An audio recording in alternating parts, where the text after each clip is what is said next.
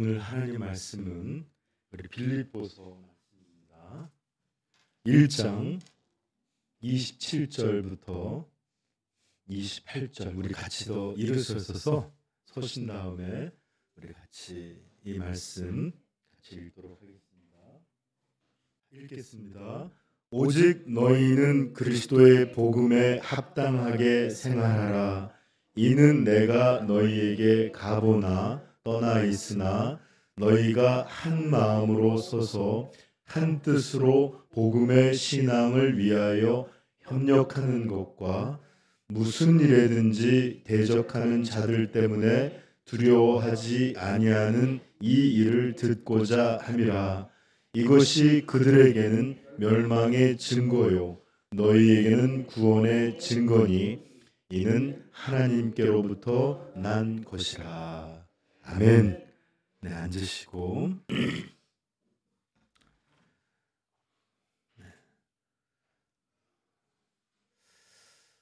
오직 너희는 복음에 합당하게 생활하라.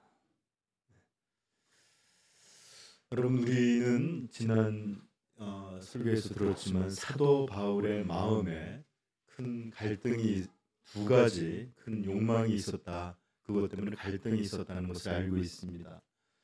가장 큰 그의 열망은 지금 이 감옥에서 그가 순교하여서 이 세상을 떠나 완전히 그리스도와 함께하는 그런 삶을 영원히 누리는 것이 그에게는 가장 큰 열망이었습니다. 그러나 또 다른 마음속에 한 가지 또 다른 열망이 있었는데 그것은 다름이 아니라 주께서 자신에게 맡기신 일들, 복음을 증거함으로 예수를 존귀케 하고 또 예수 그리스도의 몸된 교회를 섬기는 이 일을, 이 사명을 감당하고자 하는 그런 열망도 그에게는 있었습니다.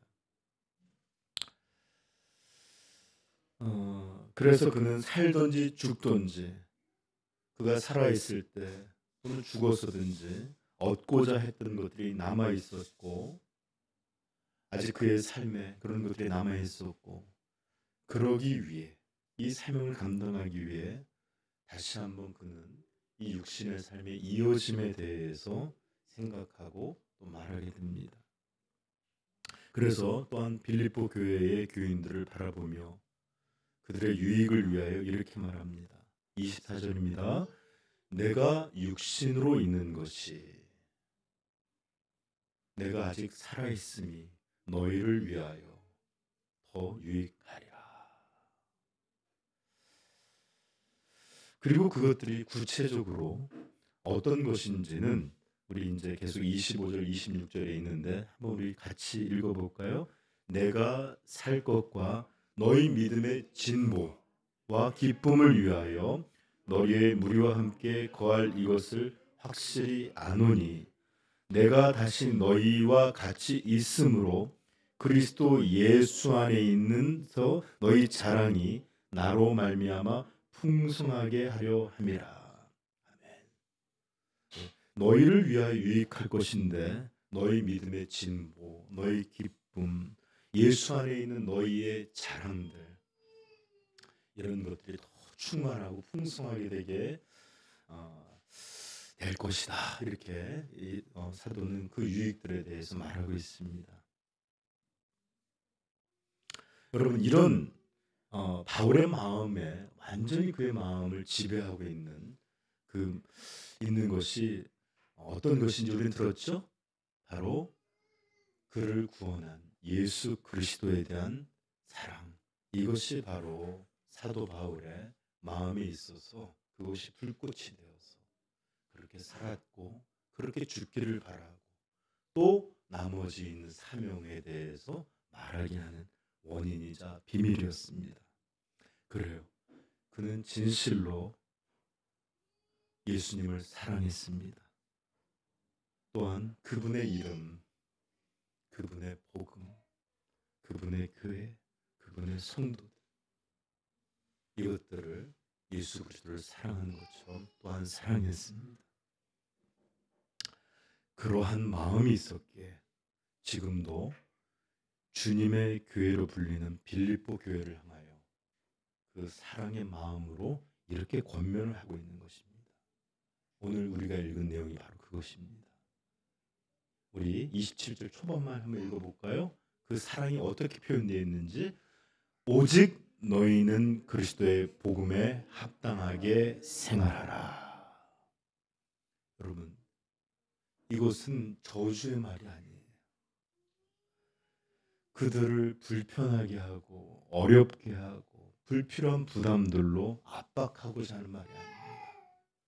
이것은 빌립보 교회를 향한 사도의 사랑입니다. 예수 그리스도의 심장으로 불타는 마음으로 들려주는 말이에요.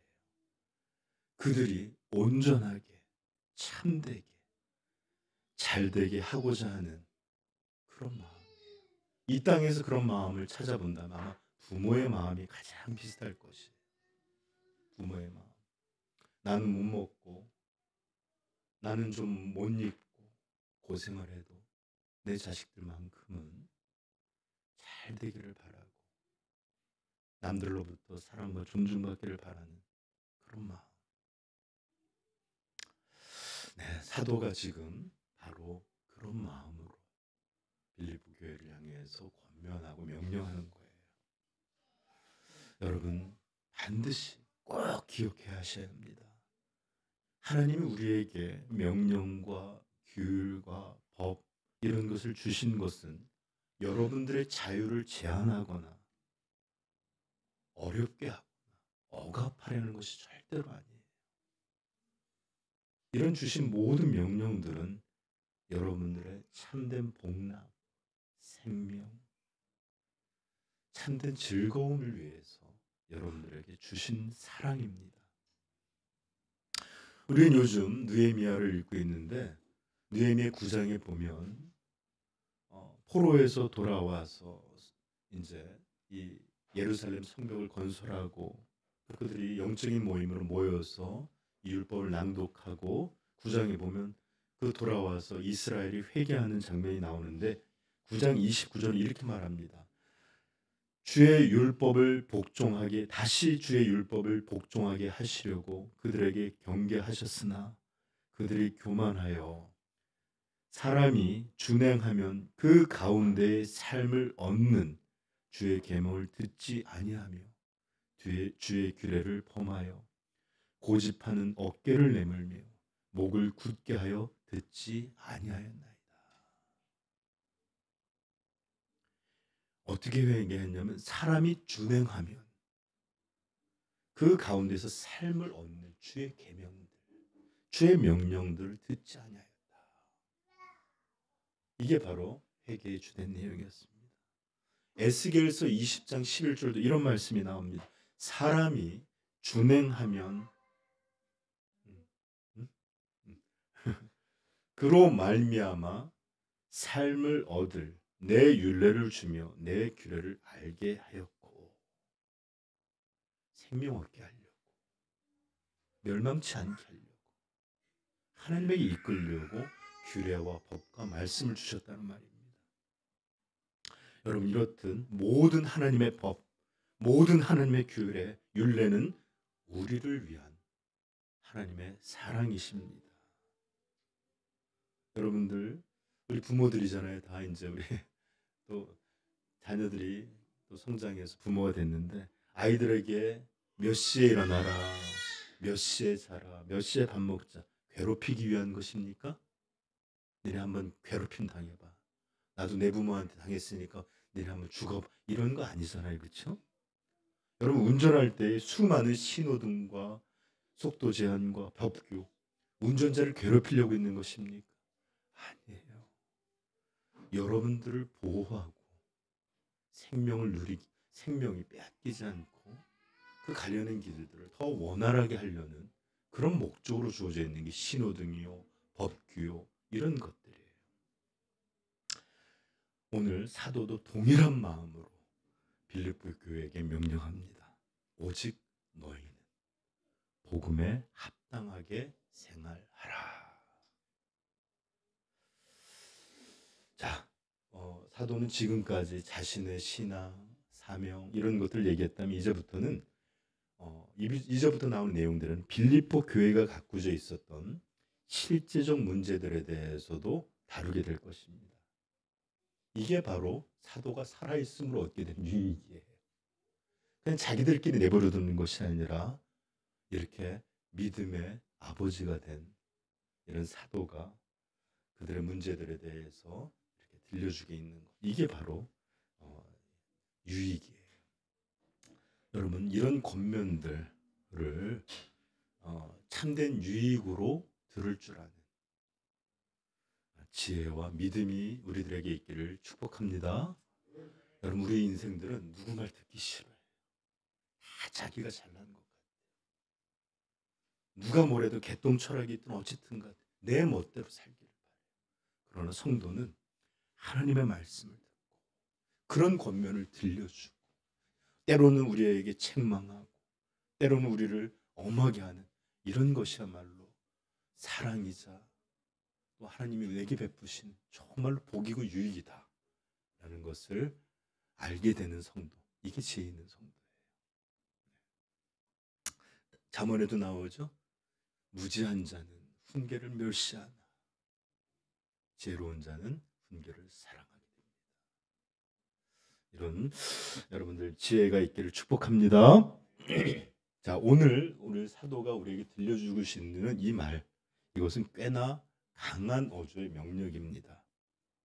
오직 너희는 복음에 합당하게 생활하라. 여러분, 오직이라는 말이 갖고 있는 뜻을 이해하시죠? 예외가 없는 한 가지를 말하는 거예요. 결국 모든 예수의 사람들은 모두 이래야 된다. 오직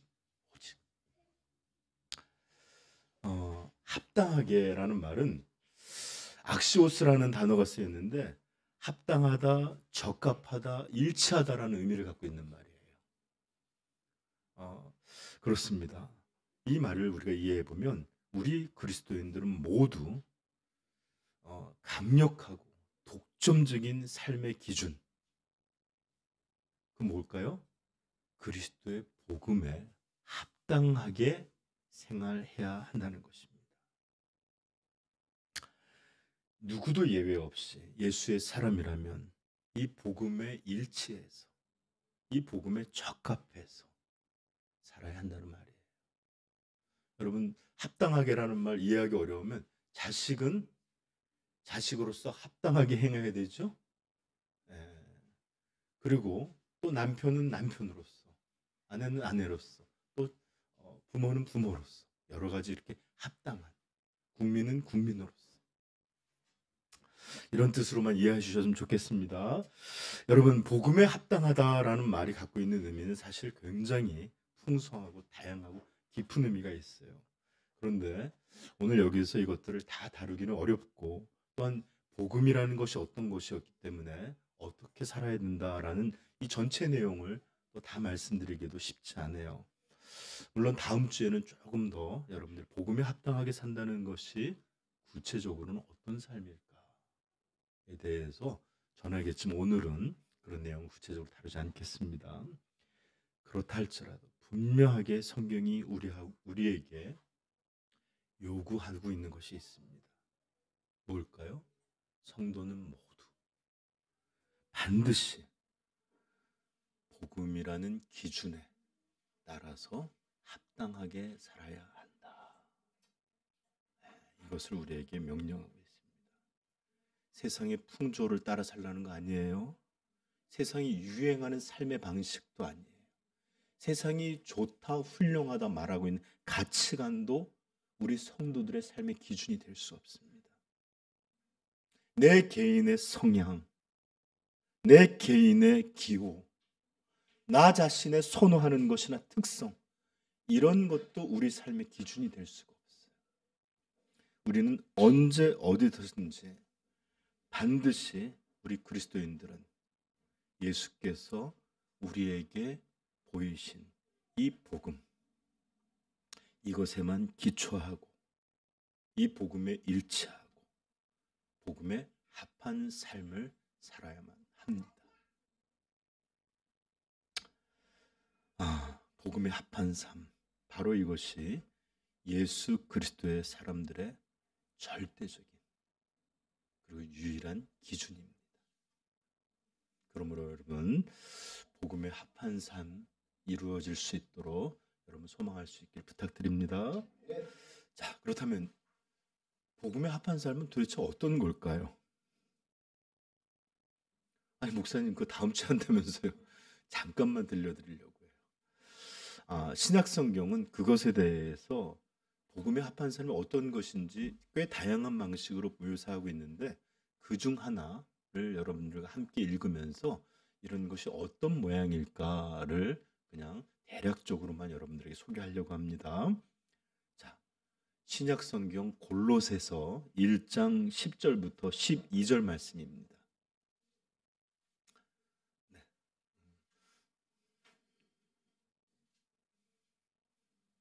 우리 한번 골로새서 1장 10절부터 우리 12절까지 한번 같이 한번 찬찬히 읽어볼게요. 시작. 주께 합당하게 행하여 범사에 기쁘시게 하고 모든 선한 일에 열매를 맺게 하시며 하나님을 아는 것에 자라게 하시고 그의 영광의 힘을 따라 모든 능력으로 능하게 하시며 모든 참음에 이르게 하시고 우리로 하여금 빛 가운데서 성도의 기업의 부분을 얻기에 합당하게 하신 아버지께 감사하게 하시기를 원하노라. 아멘. 이것은 기도의 모양으로 나오는데 주께 합당하게 행한다라는 것이 어떤 것인지 쭉 나열되어 있죠. 자, 이런 것들이 어떤 것인지 여러분 이렇게 간략적으로 대략적으로 살펴봤어요. 에베소서에서도 이런 말씀이 나오는데 찾지 마시고 읽어드릴게요. 그러므로 주 안에서 갇힌 내가 너희를 권하노니 너희가 부르심을 받은 일에 합당하게 행하여 모든 겸손과 온유로 하고 오래 참음으로 사랑 가운데서 서로 용납하고 평안에 매는 줄로 성령이 하나 되게 하신 것을 힘써 지키라. 이런 것들이 바로 부르심에 합당하게 행하는 삶들이었어요. 여러분 혹시 이것들에 대해 조금 더 자세히 알고 싶으면 여기 주께 합당하게 행한다라는 것이 어떤 것인지 아더 핑크의 글이 있는데 제가 잠깐 읽어드릴게요. 주께 합당하게 행한다는 것은 우리들이 성도답게 행한다는 것이며 우리로 그분의 이름을 지니게 하시고 우리로 그분의 추종자라고 고백할 수 있게 하신 성품에 걸맞게 행하는 것입니다. 주께 합당하게 행한다는 것은 우리가 그분과 맺은 관계와 그분에게 빚진 자로서 합당하고 기꺼이 행하는 것이며 우리가 우리 자신의 것이 아닌 것으로 행동하는 것입니다. 어떻게 이 모든 것을 할 수 있습니까? 우리의 분량과 능력이 허용하는 한까지 우리 안에 그리스도의 생명이 재생산되고 우리가 범사의 그리스도에까지 자라야 합니다. 이것은 그리스도를 우리의 본으로 삶을 때 가능합니다. 그리스도가 우리를 위하여 고난을 받으사 우리에게 본을 끼쳐 그 자체를 따라오게 하셨느니라. 우리가 그리스도를 본받는 정도에 따라 우리는 주께 합당하게 행하게 될 것입니다.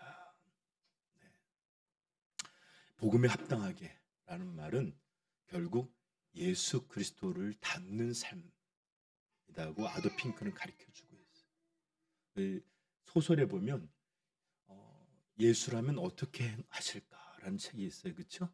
그런 것처럼 모든 삶에 주님을 라면 행할 들 이런 것들을 생각하며 살아가는 삶, 믿음의 삶 이런 것이라고 할 수 있겠죠.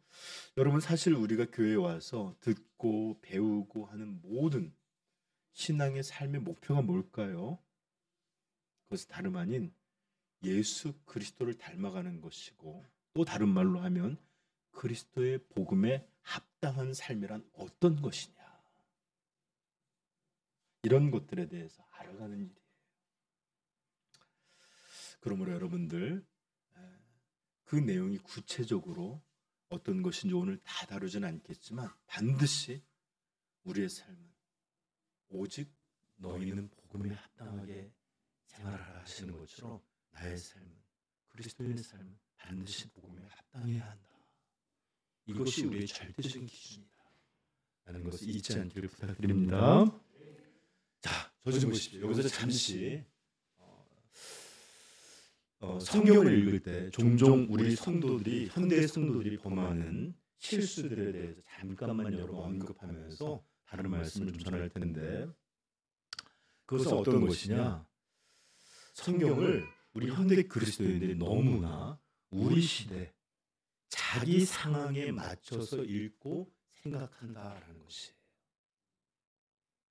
그러나 여러분, 성경의 원래의 독자들은 우리 삼위영광교회가 아니에요. 먼저는 빌립보 교회입니다. 그리고 원래 우리에게 들려줬던 이 내용들은 우리가 먼저 목표가 아니라 그 시대의 사람들에게 먼저 들려줬던 거예요. 그런 것들을 우리는 새롭게 우리의 것으로 해석하고 이해해서 이 말씀을 듣는 것이지 그냥 직접적으로 교회나 성도에게 주신 것은 아니에요.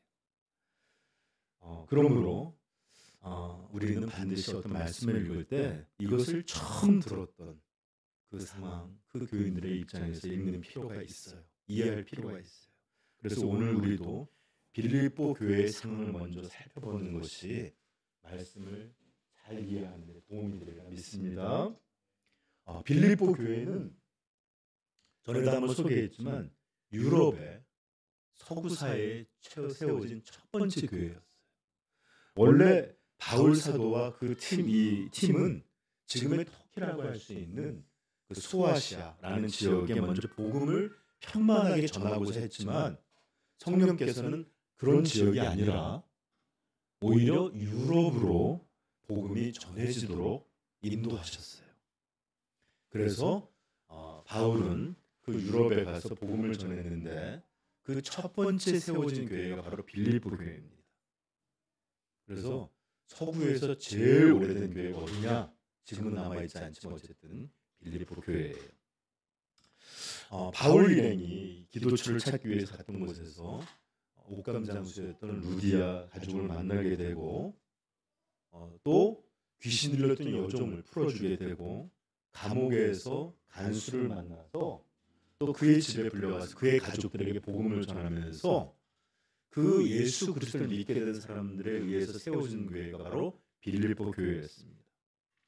그런데 우리가 전에 살펴봤는데 빌립보 교회는 스스로 이 복음을 열심히 증거하고 또 이렇게 자라서 이제 어느덧 이 빌립보 교회는 조그마한 가족 교회에서 집사도 감독도, 그러니까 한마디로 말해서 이 사역자들이 꽤 여럿이 있는 그런 든든한 교회로 성장하고 있었습니다. 그럼에도 불구하고 이 빌립보 교회는 그들이 살았던 그 삶의 터전, 즉 그들이 살고 있는 이 지역은 모든 이방인들이 대부분이 사람이들이었고 거기서는 우상을 섬겼고 먼저는 모든 시장에 있는 물건들이나 이런 것들이 우상에게 바쳐지고 나서야 유통되고 장사하고 판매할 수 있는 그런 구조의 삶이 바로 지금 빌립보 교회가 살고 있는 바로 빌립보라는 지역의 상황이었습니다. 이들도 모두 이전엔 그런 삶을 살아왔는데 이제 바울이 전한 예수 그리스도의 복음을 듣고 하나님이야말로 유일하신 하나님이며 이 세상을 창조하셨고 지금도 운행하고 계시고 자신의 아들을 우리를 위하여 주셔서 우리의 죄를 대신한 희생의 제물, 우리의 형벌을 받게 하는 그 어린 양으로 삼으시고 또 그것을 믿는 자에게 구원을 주신다라는 복음을 듣고 예수의 사람들이 된 사람들이 바로 빌립보 교회입니다. 이제는 세상 왕이 아니라 참되신 예수 그리스도만이 자신들의 왕이 된 그런 사람들이 바로 빌립보 교회의 사람들이었어요. 그러나 그럼에도 불구하고 이들의 삶의 터전은 여전히 빌립보라는 이방 땅이었습니다. 이방 도시였어요. 이 도시는 로마의 동쪽에서 온 아주 중요한 관문 도시였고, 그리고 이 도시 사람들은 자신들이 로마에 속해 있다는 것과 그 문명을 그리고 문화를 누리고 있다는 것에 굉장한 자부심을 갖고 있던 사람들이에요. 그리고 이 도시의 왕은 세상 이방 나라들처럼 예수 그리스도가 왕으로 여기고 있지 않고 모두 로마의 황제를 왕으로 믿고 있었고 그의 통치를 받고 있던 그런 지역에서 믿음을 받게 된 예수의 사람이 된 사람들이 바로 빌립보 교회였습니다. 그러나 저 좀 보십시오. 잘 들어보십시오. 이런 이방 땅에서 이방의 문화, 이방의 정치, 모든 것들이 우상이나 이런 것들이 넘치는 이런 땅에서 예수 그리스도의 복음에 합한 생활을 하라 라는 말은 그들에게 어떤 의미였을까요? 여러분, 생활하라는 이 말은 시민으로 살라는 말이에요. 그러니까 한마디로 말해서 혼자 이렇게 조용히 있는 게 아니라 정말 공적인 모든 영역에서 너희는 복음에 합당하도록, 그런 복음에 합당한 시민으로 살라, 이런 요구였어요. 그러므로 이런 이방 땅에 살고 있는 그들에게 이 말은 어떤 의미였을까요? 그 말은 이런 뜻입니다. 이제 더 이상 그들은 이방 신에게 드리는 제의, 제사나 행사나 축제나 이런 것들을 향해서 참여하거나 또 이런 것들의 일부가 되거나 이런 것들을 이용해서 살아가는 일들을 행할 수 없다는 뜻이었어요. 또한 그들은 황제의 명령, 이 땅을 지배하는 로마의 황제의 명령보다 초라한 유대 땅에서 오신, 사람이 보기엔 초라한 진짜 왕이신 예수 그리스도에게만 충성해야 된다는 말이 그런 의미였을 것이고, 이제는 새롭게 가지게 된 이 신앙 때문에 사람들로부터 이상한 취급을 받게 되고, 이런 일들로 말미암아 생업이나 사업, 그리고 자신의 경력이나 이력, 직장에서도 이것들로 장애와 어려움들을, 손해를 감수해야 된다는 의미였고, 어떤 이들에게는 이전의 관계들은 이제는 상실되고 잃어버리는 것이 될 수도 있었고, 새롭게 믿게 된 이 신앙 때문에 가족들로부터 또는 친구들로부터 멀어지게 된다는 의미이기도 했었을 것입니다.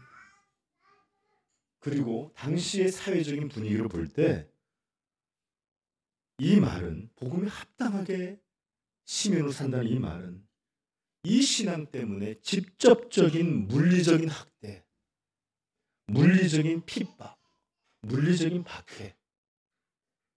박해를 받음에 대해서도 받아들이는 것, 이것이 바로 복음에 합당하게 생활하라 라는 의미였을 것이에요. 그래서 사도는 미리 빌립보서 1장 9절서부터 11절에 이렇게 기도하고 있어요. 제가 읽어드릴게요. 내가 기도하노라 너희 사랑을 지식과 모든 총명으로 점점 풍성하게 하사 너희로 지극히 선한 것을 분별하며 또 진실하여 허물 없이 그리스도의 날까지 이르고 예수 그리스도로 말미암아 의의 열매가 가득하여 하나님의 영광과 찬송이 되기를 원하노라. 바로 이런 이방 땅, 이방 문화, 이방 신들 앞에서 그리스도인으로 산다는 것, 이것들을 위해서 기도하고 있는 거예요. 그리고 오늘 28절에도 이렇게 말하고 있습니다. 28절, 무슨 일에든지 대적하는 자들 때문에 두려워하지 않은 이 일을 듣고자 함이라. 네. 무슨 일이든지 대적하는 자들 때문에 두려워하지 않는 것, 이게 복음에 합당하게 살아가는 이들이 갖고 있을 마음인데, 왜냐하면 그만큼 대적함이 있어, 그만큼 압박이나 어려움들이 두렵게 하는 일이 있기 때문에 그런 거예요. 자, 이것이 바로 빌립보 교회가 처한 현실이었고, 그런 현실 가운데 사도는 뭐라고 말하고 있죠? 너희는 오직 복음에 합당하게 생활하라. 만약에 복음에 합당한 삶이 아니면 때로는 세상의 모습을 가질 수도 있고, 조금만 비겁해도 우리는 더 편한 삶을 살 수 있고, 조금만 복음을 눈 감으면 이익을 누릴 수 있는 그런 세상에서 너희는 복음에 합당하게 생활하라. 여러분, 오늘 빌립보 교회가 처하고 있는 현실, 그것은, 그리고 그들에게 요구하고 있는 이 삶, 이것은 현대를 살아가고 있는 같은 믿음을 소유한, 그리고 이 믿음의 후사들인 우리에게도 많은 것들을 시사하고 있습니다. 왜냐하면 우리도 이들과 거의 비슷한 환경에서 그 신앙을 이어가고 있기 때문에 그렇습니다. 물론 그들보다 훨씬 유리한 환경이긴 하지만 말이에요. 여러분, 우리는 아직 이 영광의 복음이 보여준 그 완전한 나라에 임하지 못했습니다. 여전히 우리들도 그들과 같이 예수 그리스도께서 재림하셔서 우리를 그의 완전한 나라로 이끌어 가심을 우리는 소망하고 살아가고 있습니다. 그때가 되면 우리는 더 이상 이런 고민이나 갈등이나 무너짐이나 어려움이나 핍박 이런 거 겪지 않게 될 것이에요. 그 나라에서 완전한 기쁨을 누리게 될 것입니다. 그러나 아직은 아니에요. 아직은 우리는 그런 온전함을 누릴 그런 때가 아닙니다.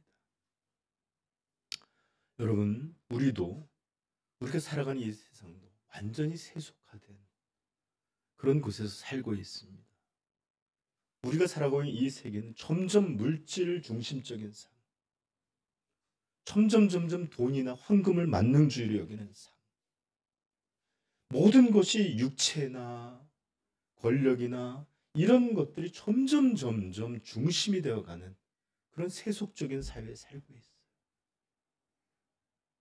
그리고 기독교 신앙은 점점 많은 사람들에게 있어서 예수 믿는다라는 것을 공개적으로 드러내는 것은 부끄러움이 되거나, 또는 신앙을 많은 이들이 믿고 있지만 부수적인 것으로 여기고 살아가고 있고, 가볍게 언제든지 필요에 따라서 마치 결혼 반지를 필요에 따라서 뺐다 끼웠다 하는 것처럼 언제든지 그리스도가 아닌 모습으로 드러내는 이런 삶을 살아가는 성도들로 넘쳐납니다. 세상은 점점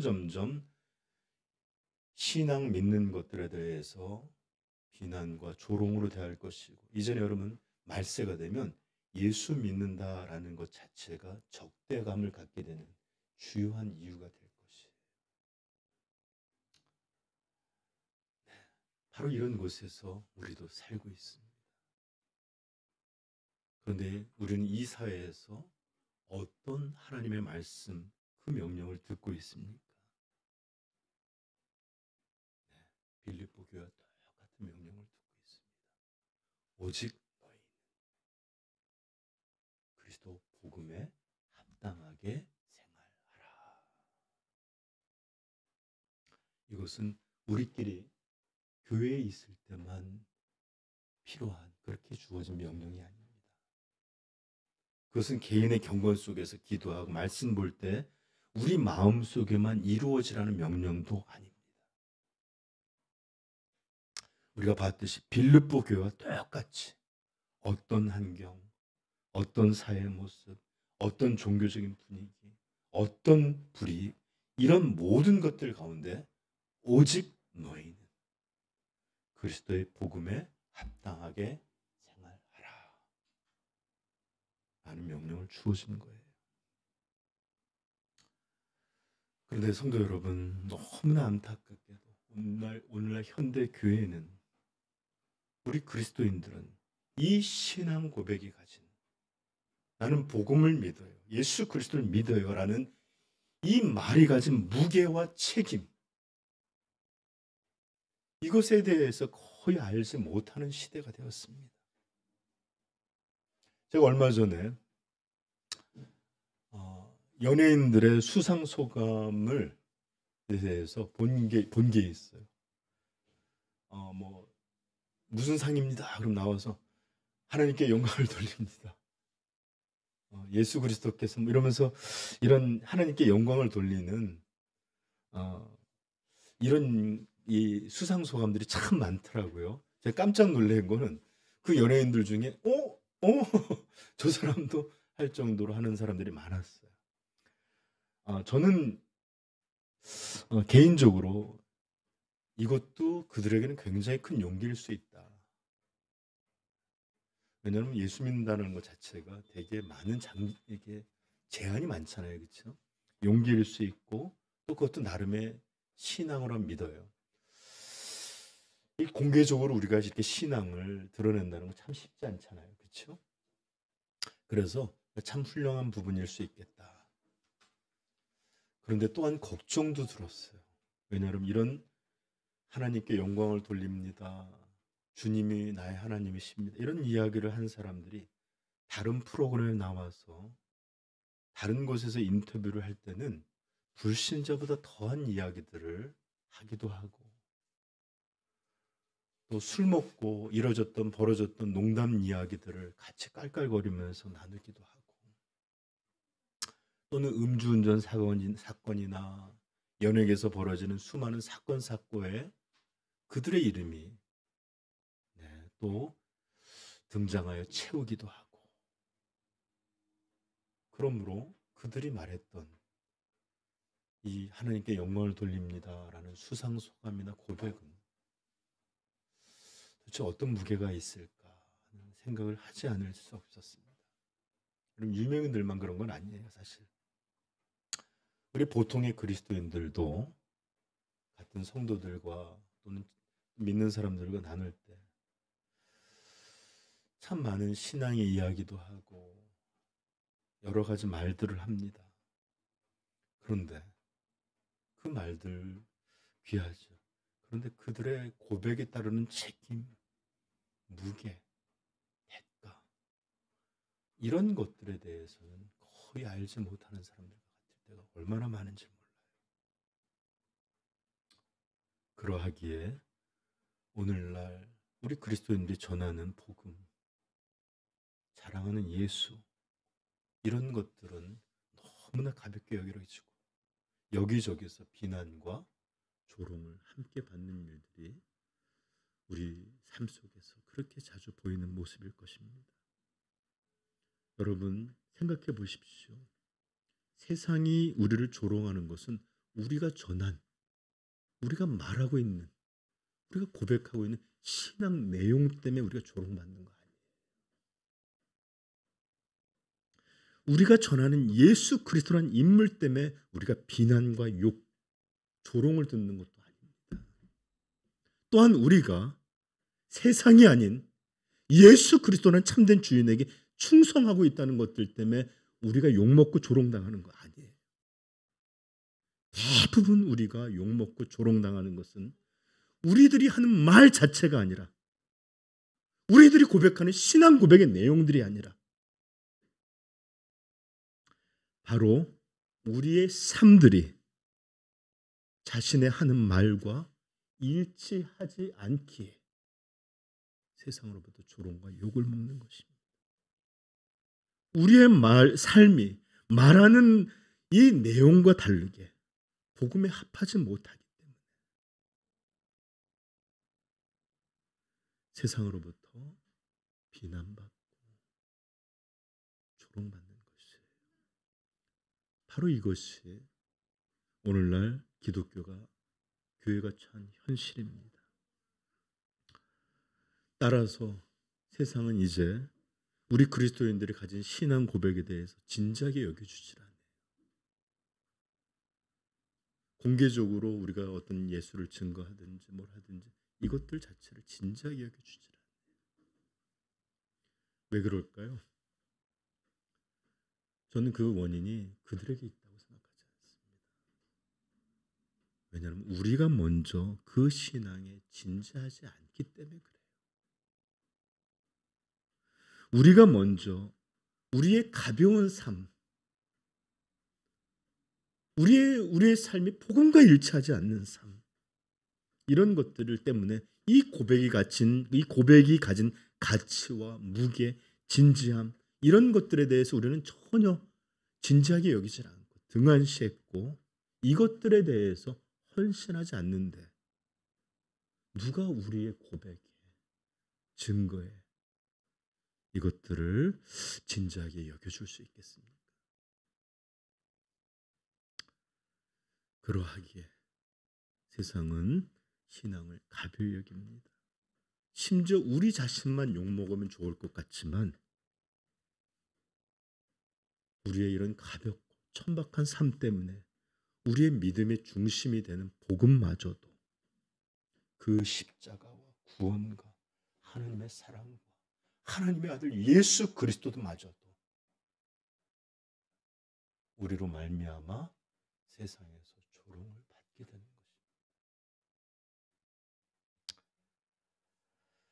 것입니다. 여러분 여기 나중에 보면 알겠지만 사도는 너희가 십자가의 원수로 행한다 라는 말씀도 들려주기도 하고 로마서 같은 경우에서 너희로 인하여 그리스도의 복음이 조롱받고 있다라는 말씀도 합니다. 그러므로 오늘 이 시대의 교회, 이 시대를 살고 있는 우리 성도들이 반드시 들어야 될 하나님 말씀은 바로 이것입니다. 오직 너희는 그리스도의 복음에 합당하게 생활하라. 진지하게 여겨야 합니다. 여러분 우리의 마음, 신앙에서 마음의 위치 너무너무 중요하죠. 그런데 오늘 명령은 우리 마음만을 말하고 있는 거 아니에요. 또 우리의 고백, 이거 너무 중요하죠. 그런데 오늘 우리에게 주신 명령은 고백만을 말하는 것도 아닙니다. 성경은 하나님의 말씀, 성경은 우리에게 뭐라고 말하고 있죠? 오직 너희는 복음에 합당하게 생각하라고요? 복음에 합당한 마음을 가지라고요? 복음에 합당한 고백을 하라고요? 아니에요. 복음에 합당하게 생활하라라는 말이에요. 생활하라. 아멘. 그렇게 살라는 것입니다. 그렇게 시민으로 살고 그렇게 생활하고 그런 삶을 살라는 것이 바로 오늘 하나님의 말씀입니다. 성경은 여기다 더 언급합니다. 28절 말합니다.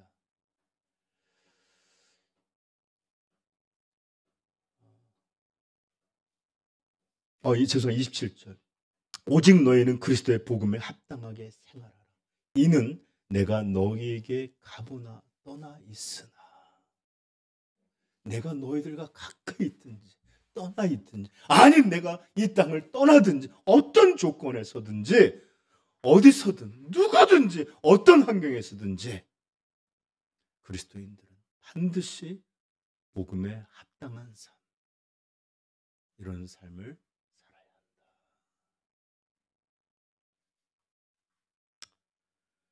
여러분 이런 아름다움이, 이런 온전한 순종이 우리 삼위영광교회 모든 성도들의 삶에 나타나기를 간절히 축복합니다.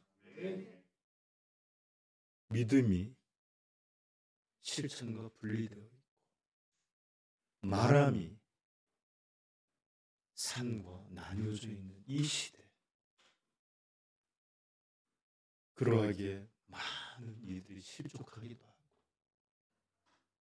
많은 이들이 그리스도의 복음 때문이 아니라 우리 때문에 교회를, 신앙을 거절하고 살고 있는 이런 시대, 우리는 다시 한번 오늘 말씀에 진지하게 서야 합니다. 오직 너희는 그리스도의 복음에 합당하게 생활하라.